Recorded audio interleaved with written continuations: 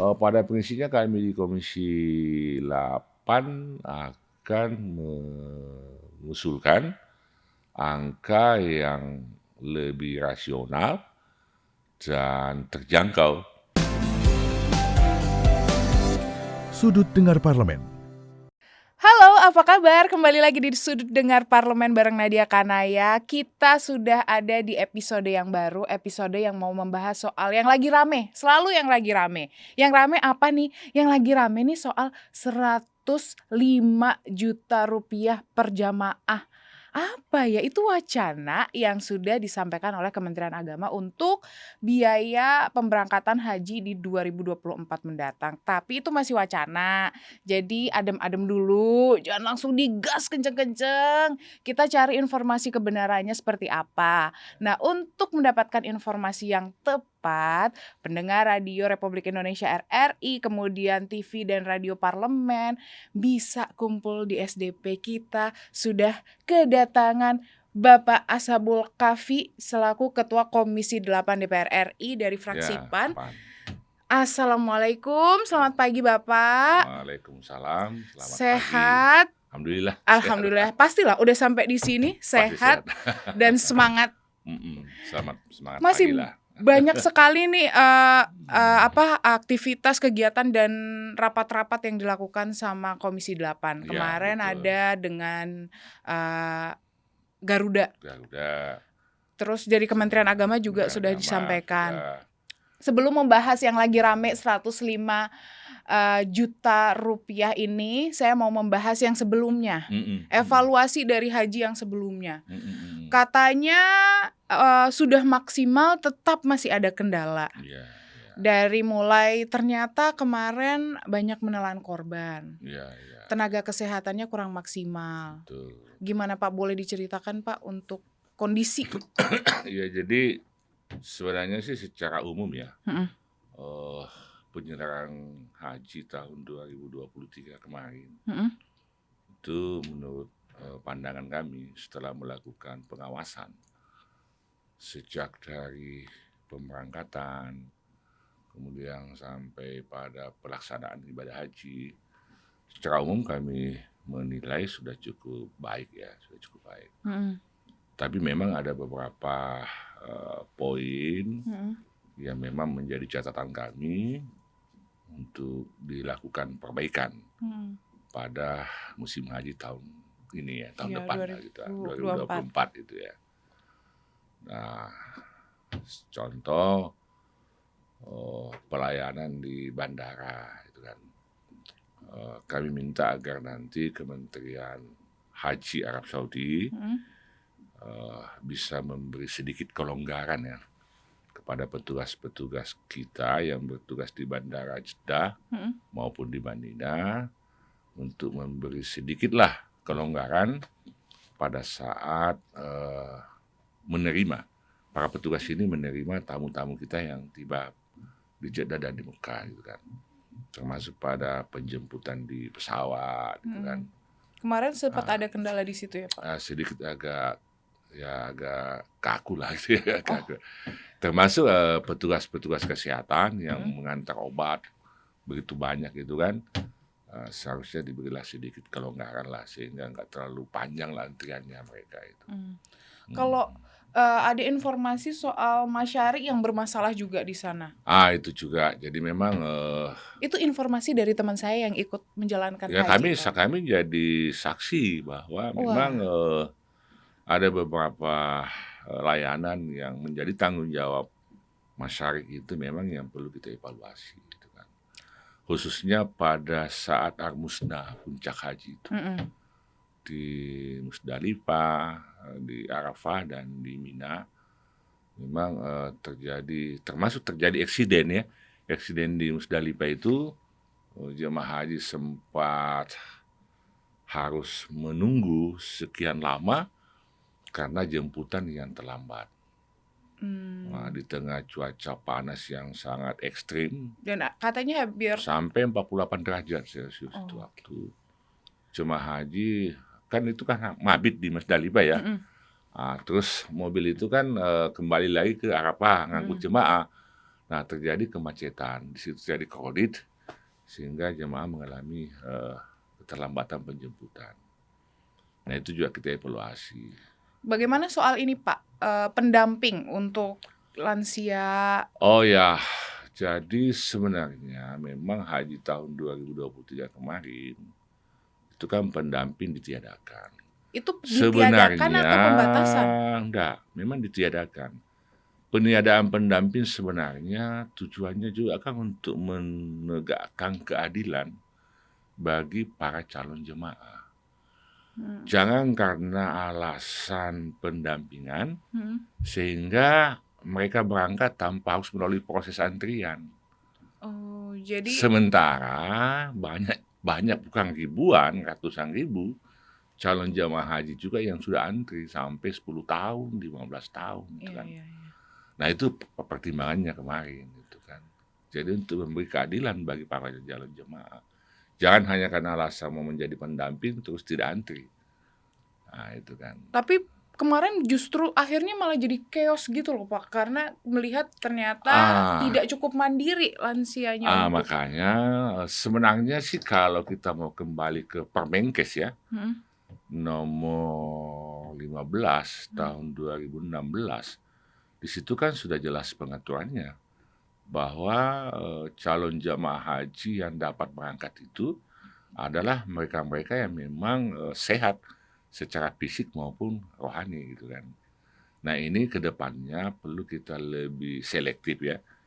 Sehingga screening kesehatan itu perlu lebih diketatkan gitu kan. Tapi saya mau senggol dikit karena Bapak udah nyenggol soal screening nih. Nah, kemarin saya dapat bocoran ternyata katanya screening haji itu cuma formalitas sampai akhirnya yang dalam kondisi kurang sehat pun diberangkatkan dan akhirnya berdampaknya pada tenaga kesehatan yang kewalahan di sana. jadi itu ada juga efek psikologisnya kemarin karena gini.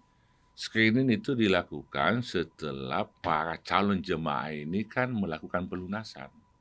Oke, jadi Ya, sudah ada ya gimana ya? jeda yang cukup panjang gitu ya. Jadi ke depan ini hasil muzakarah haji di Jogja bulan kemarin, itu salah satu keputusannya ialah merekomendasikan agar para calon jemaah haji itu sebelum melakukan pelunasan, dia harus mendapatkan dulu rekomendasi sehat dari rumah sakit atau pasankes yang ditunjuk.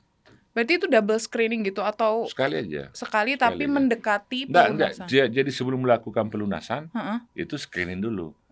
Sehat dulu, baru melakukan pelunasan. Nah, berarti nanti kewajibannya adalah setelah melakukan pelunasan. Jadi istita'ah kesehatan ya maksudnya. Jadi nanti tetap harus menjaga kondisi kesehatan sampai di lokasi sampai menjalankan ibadahnya ya. Jadi yang berangkat itu betul-betul adalah jemaah haji yang mandiri. Oke. Nah, kita mau bahas lagi nih. Kalau tadi udah ngomongin sehingga persoalan pendampingan itu tidak menjadi kendala. Oke, jadi termasuk mengantisipasi iya. Mungkin akan berkurangnya petugas di bidang kesehatan karena kebijakan Arab Saudi untuk tahun ini itu melakukan pengurangan tenaga pengawas dalam pendamping haji. Oke. Kalau tahun kemarin itu kan 4.200 ya, infonya tahun ini hanya 2.000. 4.200 sekarang jadi 2.000. 2.000 itu. Nah, tapi ini kan Kementerian Agama masih melakukan negosiasi lah. Nah, kita juga mau bahas lagi nih Pak, tapi kita harus jeda terlebih dahulu. Kita mau bahas gimana nih dengan 2.000, siap nggak ya kita nanti? Terus gimana untuk yang sudah mempersiapkan di 2024, apa yang harus dilakukan, sama kita mau bahas soal 105 jutanya. Oke? Jangan kemana-mana, tetap di Sudut Dengar Parlemen.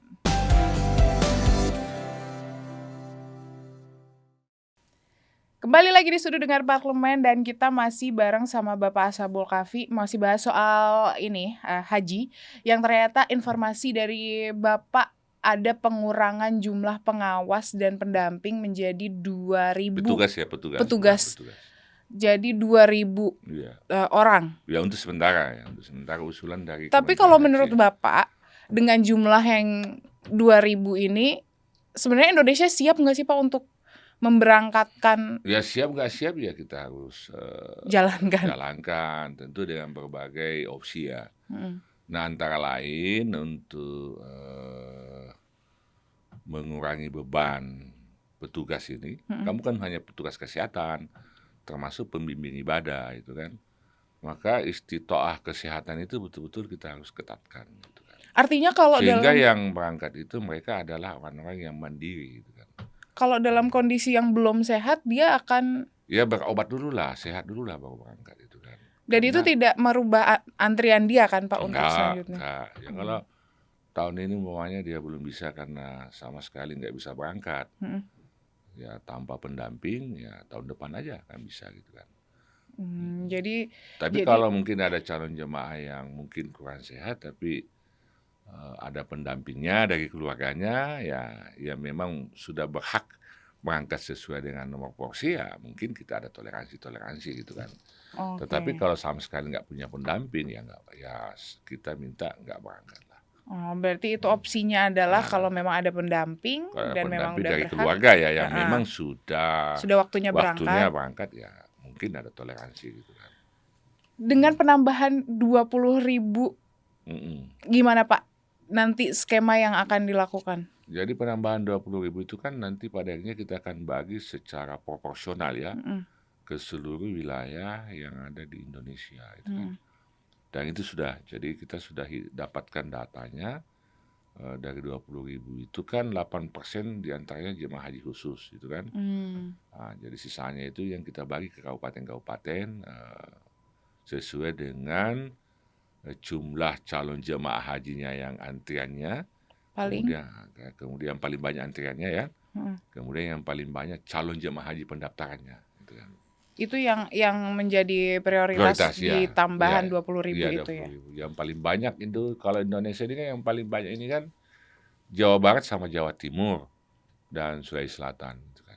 Jawa Barat, Jawa Timur sama Sulawesi Selatan. Gitu. Nah, dengan penambahan kuota haji, ini kan sebenarnya masyarakat jadi antusiasnya lebih tinggi ini kayak wah bisa kali ya nanti aku dipercepat gitu karena penambahan ini.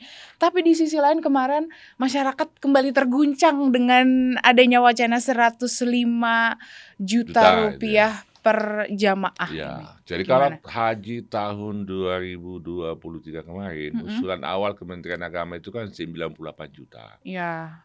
Kemudian setelah kita melakukan pembahasan, pendalian yang cukup alot dan lama ya Pak. Dan lama itu kita temukan angka 50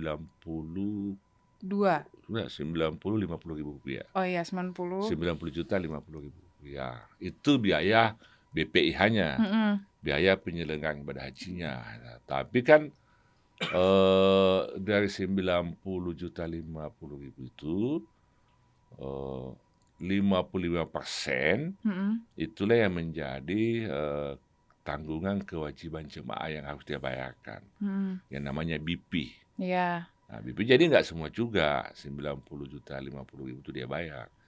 Jadi 55% itu menjadi tanggungan jemaah, yang 45% itu dibayarkan dari nilai manfaat dari dana kelolaan calon jemaah haji yang dikelola oleh BPKH.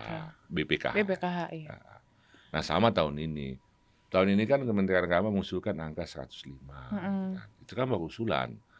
Kami lagi melakukan pembahasan, pendalaman di komisi bersama dengan pihak terkait, termasuk dengan Dirjen PHU, dengan jajarannya, dengan Garuda, dengan Perhubungan, dengan Kementerian Kesehatan. Pada prinsipnya kami di Komisi 8 akan mengusulkan angka yang lebih rasional dan terjangkau dan tetap menjaga sustainabilitas, keberlangsungan nilai-nilai manfaat bagi calon jemaah haji yang akan berangkat pada tahun-tahun berikutnya. Kalau mungkin kita akan mengusulkan angka itu sudah pasti di bawah 100. Sudah pasti di bawah 100 berarti ini jadi masih tenang, nanti ditunggu dulu. Tenanglah, kami di DBR ini berjuang terus tuh. Siapa tahu di bawah 100 itu. Di angka di bawah 100 untuk ininya BPH-nya. BPH-nya. BPH-nya mungkin di angka 90. Gak usah saya bocorin dulu lah, pokoknya di bawah 100 lah. Takutnya nanti menjadi harapan yang Mungkin ya nggak apa-apa kan kalau pembahasan kami ini kan, karena kita rencana sebenarnya sih dalam waktu dekat ini kita sudah putusin. Sehingga kalau kita putusin lebih cepat, lebih awal, itu akan memberi kesempatan kepada para calon jemaah untuk untuk mempersiapkan. mempersiapkan dalam melakukan pelunasan. Nah, untuk yang kemarin nih Pak, dari dana manfaat kan tadinya cukup tanggungannya cukup besar. Besar. Nah, kemudian sampai akhirnya ketemu di angka 49. Ya nanti Itu untuk skema 55-45 kemarin. 55 itu dari masyarakat, dari ya, jamaah, 45 dari BPKH. Nilai manfaat. Nah, nanti apakah ini akan tetap dipergunakan? Mungkin ya tetap. Jadi kan nilai manfaat itu kan memang dalam setahun BPKH itu bisa memberikan ya nilai manfaat kurang lebih sekitar 8 triliun per tahun. Gitu. 8 triliun. Ya semoga kita berdoanya nilai, karena acuannya nilai tukar rupiah ya?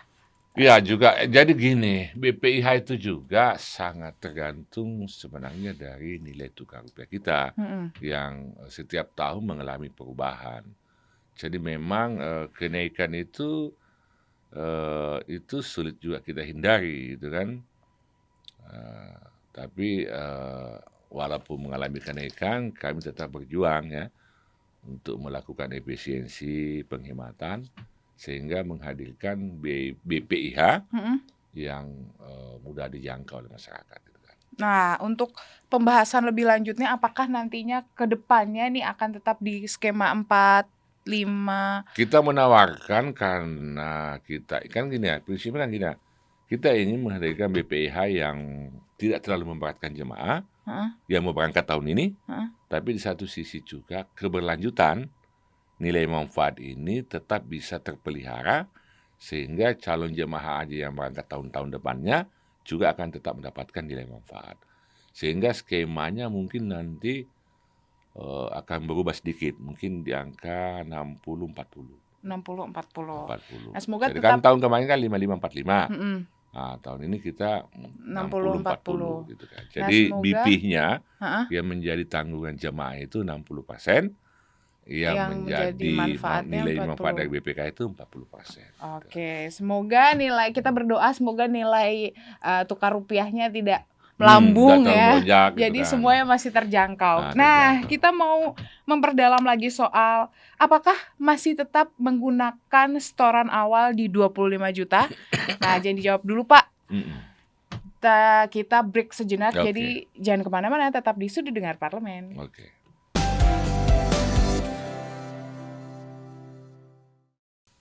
Kembali lagi di Sudut Dengar Parlemen. Nah, ini sesi terakhir ya. Kita mau memperdalam lagi yang mau berangkat haji di 2024 mungkin bisa merapat dan siap-siap nih. Kalau di tahun lalu setorannya 25 juta. Ya, setoran awal. Itu sudah kurang lebih 10 tahun. 10 tahun yang lalu berarti mereka setornya kan. Jadi belum pernah mengalami kenaikan. Dengan adanya penambahan biaya haji yang terus meningkat, apakah ada kemungkinan untuk merubah jumlah nilai setoran awal ini, Pak? Ya, jadi sebenarnya salah satu yang poin ya yang kami rekomendasikan di Komisi 8 dalam pembahasan BPIH tahun 2023 kemarin, nah, itu adalah merekomendasikan untuk melakukan rasionalisasi setoran awal jemaah. Rasionalisasi. Jadi mungkin akan ada rasionalisasi secara bertahap. Jadi kan selama ini kan 25 juta. Mungkin tahun depan mungkin naik 30 juta gitu kan. Jadi naiknya masih 5 sehingga juta BPKH memiliki uang yang lebih besar yang bisa dikelola dalam rangka untuk memberi nilai manfaat yang lebih besar juga kepada para calon jemaah. Gitu kan. Nah, untuk kalau dari kembali lagi ke nominal 105 juta rupiah per jemaah nih. Kemarin kan kita juga sempat mendengarkan dari Garuda Indonesia yang sempat hadir. Garuda Indonesia juga menyampaikan kalau memang angka nilai tukar rupiah mencapai 16.000 baru akan ada kenaikan. Betul. Tapi kalau tidak akan. Emang jadi Garuda sampai tadi malam kita rapat jam 11 malam. FGD ya, Undang-Undang Garuda. Pada prinsipnya Garuda itu tidak menaikkan biaya pemberangkatan pesawat ya. Mereka hanya mengikuti nilai tukar dolar, kurs dolar itu.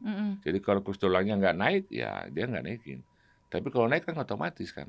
Siapa yang mau bayar gitu kan? Bagaimana dengan yang kan penyelenggaraan haji ini bukan cuma sekadar tiket pesawat, tapi ada akomodasi dan yang lain-lainnya itu kan gitu. berpengaruh semua sebenarnya. Nah, apakah itu Tapi juga asumsi kita kan ada. Asumsi kita kan tadi malam itu kalau kami dari Komisi 8 15.500 ya. Kalau dari Kementerian Agama 15.600. Oke. Kalau BPKH malah 15.650. Oh, Itu BPKH-nya lebih asumsi tinggi ya. lebih tinggi gitu kan. Tapi bukan putusan. Yang tadi malam itu yang mendekati kesepakatan kita itu kursnya 15.550 gitu kan. 15.550. Iya itu. Dengan asumsi itu artinya gini Pak, apakah nanti ini juga akan ada pembahasan lain, bukan masalah soal Garuda saja, tapi penyelenggara yang lainnya untuk memaksimalkan kurs yang dipakai di angka ini gitu? Ya betul. Jadi kan seperti itu kan berefek kepada akomodasi, berefek kepada catering, karena belanja di sana kan nggak pakai rupiah kita, di sana kan pakai belanja SAR itu kan. Nah, itu. Terus untuk ke depan sendiri apa yang akan dilakukan dari Komisi 8 Pak? Pembahasan apa yang nantinya akan dilakukan? Jadi sampai hari ini kita masih dalam proses melakukan penyisiran ya beberapa komponen BPIH yang masih memungkinkan kita melakukan efisiensi sehingga bisa menemukan angka yang saya sampaikan tadi di bawah 100 yang lebih rasional dan lebih terjangkau kepada jamaah itu kan. Dan ini kan masih ada waktu ya sampai rencananya sih sebelum penutupan masa sidang kita sudah putuskan. Jadi untuk masih ada waktu. Berapa untuk nominal ininya? Nominal BPIH-nya. BPIH-nya. Nah, jadi BPIH-nya kan usulan Kementerian Agama 105. Mudah-mudahan ya kita bisa temukan angka di angka 94-95 itu. Berarti lebih tinggi daripada yang tahun lalu juga tetap ya Pak? Kan itu tadi karena kurs dolar. Ya kan? Kurs dolar kan tahun kemarin kan 150. Nah, sekarang kan 550. Jadi ada kenaikan dikit itu kan. Berarti tapi gini, yang perlu jamaah tahu, paham bahwa yang dia bayarkan itu bukan BPIH. Yang dia bayarkan itu kewajiban mereka namanya BP. Iya. Nah, itu hampir separuh dari BPIH yang menjadi kewajiban mereka. Ini kan membuat guncangan di masyarakat seolah-olah 105 dia mau bayarkan kan. Padahal enggak. Katakanlah nanti kita sepakati di angka 94 atau 95 atau 93 gitu kan. Yang dia bayarkan jemaah itu 60% dari BPIH gitu kan. Ya, jadi kewajiban jemaah itu yang namanya BP, biaya perjalanan ibadah haji, itu 60% kita usulkan. Dari tadi BPIH. Dari pembagian yang tadi 40-60 itu ya. Jadi 40. Itu yang perlu sampai ke calon jemaah itu kan. Jadi sebenarnya jadi katakanlah nanti kita putusin angka 95 atau 94. Ya. Nah, kewajiban jemaah itu 60% dari 94. Jadi sekitar 57 apa 57,5 ya. Dan itu masih dipotong dari setoran utama. Iya. Iya kan Pak? Betul. Jadi tidak ya dipotong kita masih 25 juta kan. Jadi 57 potong 25 juta, berarti tinggal 20 apa ya? 32. Kemudian dapat virtual account sekitar 4 jutaan sampai 5 juta gitu kan.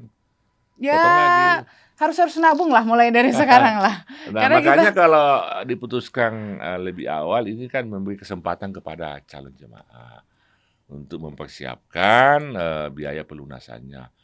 Dan bisa jadi kita akan memberi peluang nyicil.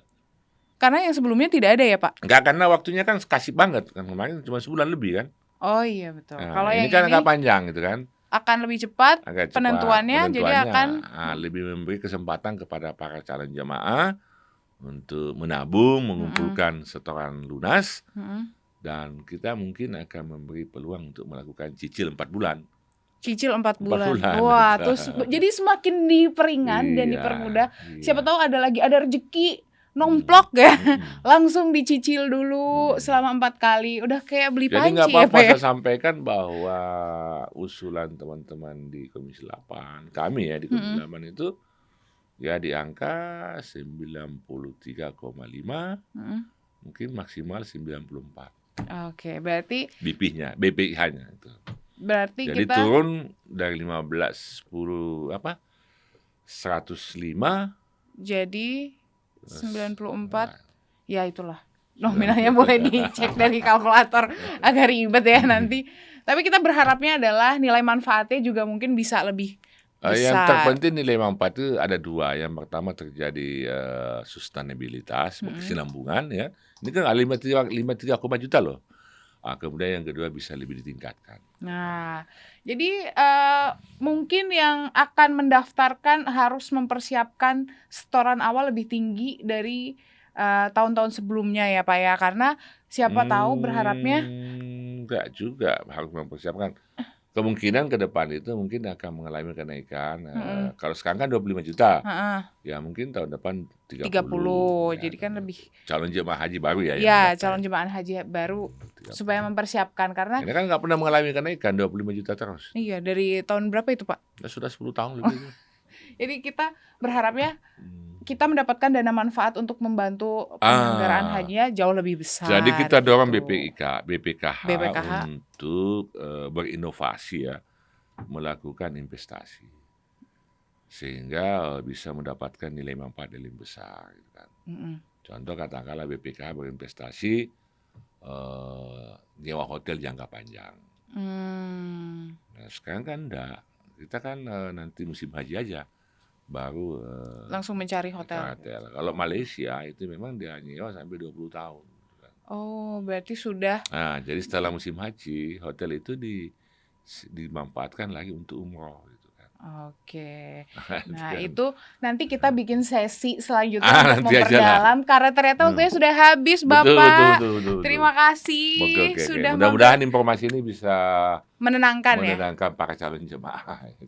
Terima kasih Pak Hasbul Oke, Kafi oke, sudah oke. mampir di Sudut Dengar Parlemen. Sama-sama. Terima kasih yang sudah mendengarkan dan menyaksikan Sudut Dengar Parlemen. Terus saksikan Sudut Dengar Parlemen tentunya di episode-episode selanjutnya dengan informasi yang lebih menarik. Boleh juga komentar apa ya kira-kira tema yang mau dibahas untuk episode selanjutnya yang pengen kalian tahu. Langsung komentar aja di YouTube-nya TVR Parlemen di tayangannya Sudut Dengar Parlemen tentunya. Saya Nadia Kanaya beserta kerabat kerja yang bertugas dan Pak Hasbul Kafi undur diri. Terima kasih. Sampai jumpa. Assalamualaikum. Assalamualaikum. Waalaikumsalam.